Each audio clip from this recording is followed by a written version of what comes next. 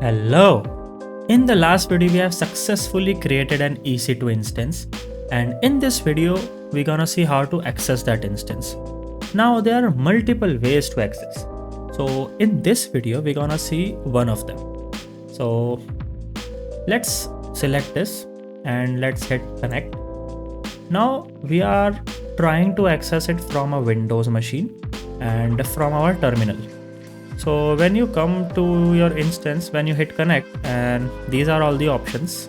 Right now we are selecting SSH client because we want to connect via SSH.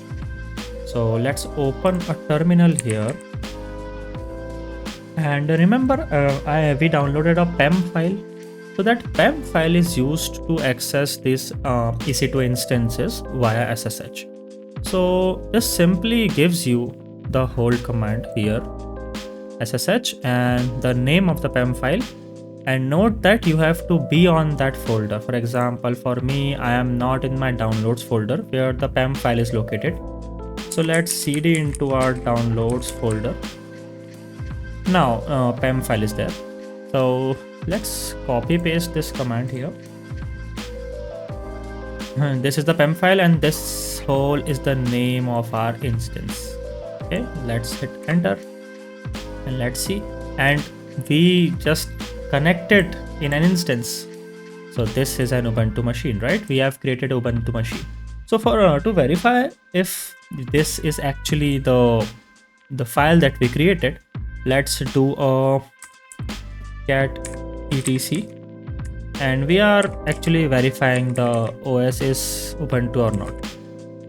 So this is the command for that, and you see Ubuntu is there. So this is the Ubuntu machine that we created.